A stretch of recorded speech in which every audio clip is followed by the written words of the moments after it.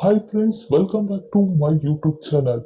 RCB ತಂಡ ಪಂಜಾಬ್ ವಿರುದ್ಧ ಗೆಲ್ಲುವ ಮೂಲಕ ಇದೀಗ ಮುಂಬೈ ಇಂಡಿಯನ್ಸ್ ಜೊತೆಗೆ ಪಂಜಾಬ್ ಕಿಂಗ್ಸ್ ಸಹ ಅಧಿಕೃತವಾಗಿ IPL 17ನೇ ಸೀಸನ್ನಿಂದ ಹೊರಬಿದ್ದಿದೆ. ಆದರೆ ಆರ್ಸಿಬಿ ಪ್ಲೇ ಆಫ್ ರೇಸ್ನಲ್ಲಿ ಉಳಿದುಕೊಂಡಿದೆ. ಆರ್ಸಿಬಿ ತಂಡವು ನಿಗದಿತ 20 ಓವರ್ಗೆ 7 ವಿಕೆಟ್ ನಷ್ಟಕ್ಕೆ ಬರೋಬ್ಬರಿ 241 ರನ್ ಸಿಡಿಸಿತು. ಈ ಬೃಹತ್ ಮೊತ್ತದ ಟಾರ್ಗೆಟ್ ಬೆನ್ನಟ್ಟಿದ ಪಂಜಾಬ್ ಕಿಂಗ್ಸ್ ತಂಡವು 17 ಓವರ್ಗೆ ತನ್ನೆಲ್ಲ ವಿಕೆಟ್ ಕಳೆದುಕೊಂಡು 181 ರನ್ ಗಳಿಸುವ ಮೂಲಕ 60 ರನ್ಗಳಿಂದ ಸೋಲನ್ನಪ್ಪಿತು. ಈ ಮೂಲಕ ಆರ್ಸಿಬಿ ಪ್ಲೇ ಆಫ್ ಆಸೆ ಜೀವಂತವಾಗಿಸಿದೆ.